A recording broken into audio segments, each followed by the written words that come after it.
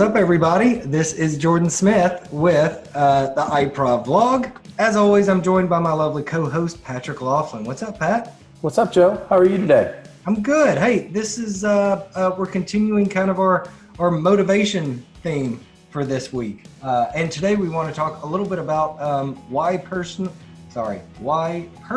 motivation matters. Jordan, it doesn't. Yeah. I know that's a really contrarian view, but it doesn't. There's a really great book called The Motivation Myth. And I've forgotten who the author is because it's been a little bit since I read it. But Jeff Hayden. Jeff Hayden. Okay. Yep. So really great book by Jeff Hayden, The Motivation Myth. You should go check it out. We'll make sure that there's a link down in the description. Basically, what Jeff says is that motivation comes from action. And while motivation is the fire that helps you achieve success in the long term, it is actually action that leads to success that in turn leads to motivation, which leads to more action, more success. And so what he says is find the smallest possible action that can lead to some sort of success, get that dopamine flowing, and once that dopamine hit happens, it becomes automatic that you're going to continue to take more actions, which is all that motivation really is, right? Mm-hmm. It's really the only recipe for gaining motivation is to find some sort of success that triggers that dopamine reaction. At our core, we're all just big bags of chemicals. So, if you can leverage the right chemical combination, you can do a whole lot. Yeah, if I had a dime for every time I heard somebody say, "Here comes Jordan, that old sack of chemicals."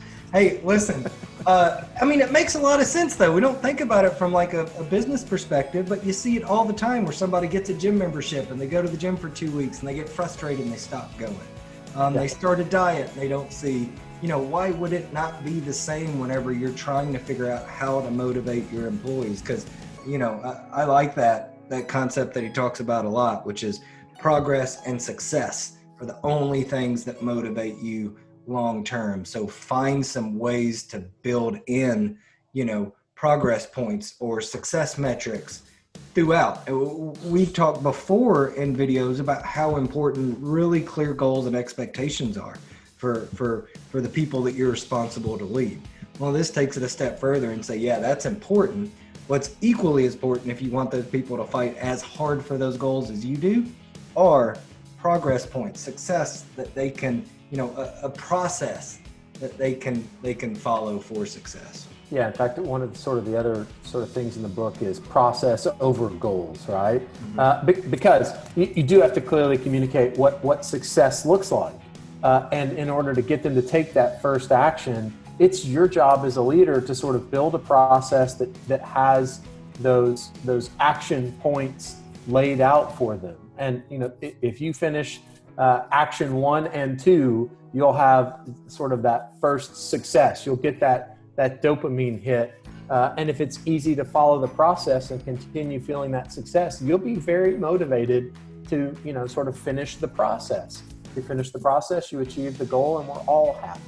Yeah. And so I think that it is a leader's job to sort of set their team up for success by building in the next correct action, which is just another word for a process. Yeah, and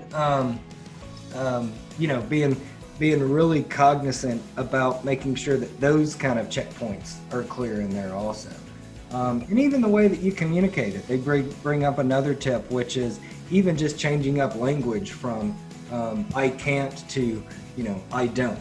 Hey, we can't do this because we don't do this because, just that little phrase switches it from an external motivator to an internal.